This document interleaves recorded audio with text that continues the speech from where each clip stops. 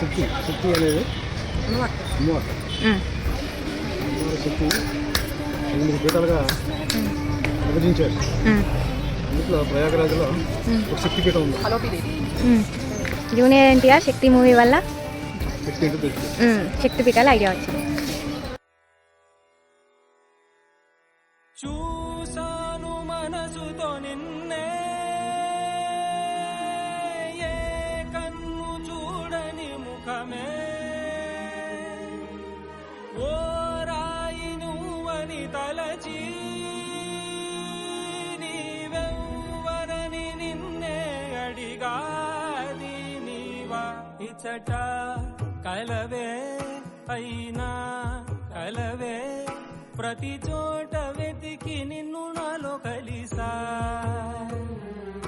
ఇది చాలు నాకు వేరే వరములెంక ఎందుకు, దేవా మదిని కొలువా, కలిసా నిన్నే నిన్నే, మరిచా నన్నే నన్నే, చూసాను మనసుతో నిన్నే,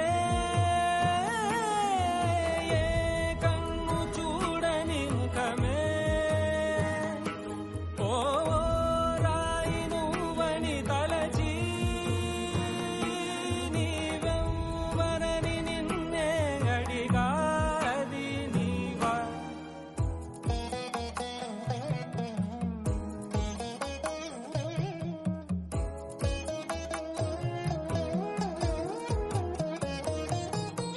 వేదాలే ఘోషిస్తుంటే యాగాలే నిత్యం చేస్తూ పూజించే భక్తి ఎంతో చూస్తున్నావుగా, ఆకలితో చెయ్యే చాచి వస్తే తన చేతుల్లోని ఆహారం పంచే చేయి చూస్తున్నావుగా, నిన్ను చూడ జనమంతా జగమంతా తిరుగుతారే సులభంగా, ఏంటిది ఏం సినిమా తాతయ్య? దారెవరు తెలుసుకో, ఏదో సినిమా అన్నారు. అహంకారమసలు లేని, అహంకారమన్నది లేని, ఏ కళ్ళ కపటం కానరాని మనసుల్లో శక్తి పీఠం అంటే మీకేం అర్థమవుతుంది తాతయ్య?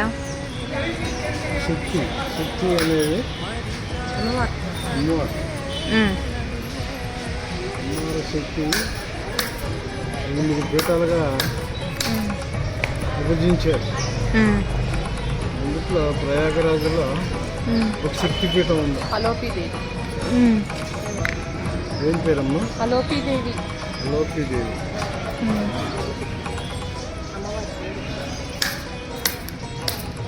ఈ అవగాహన మీకు ఎలా అర్థమైంది?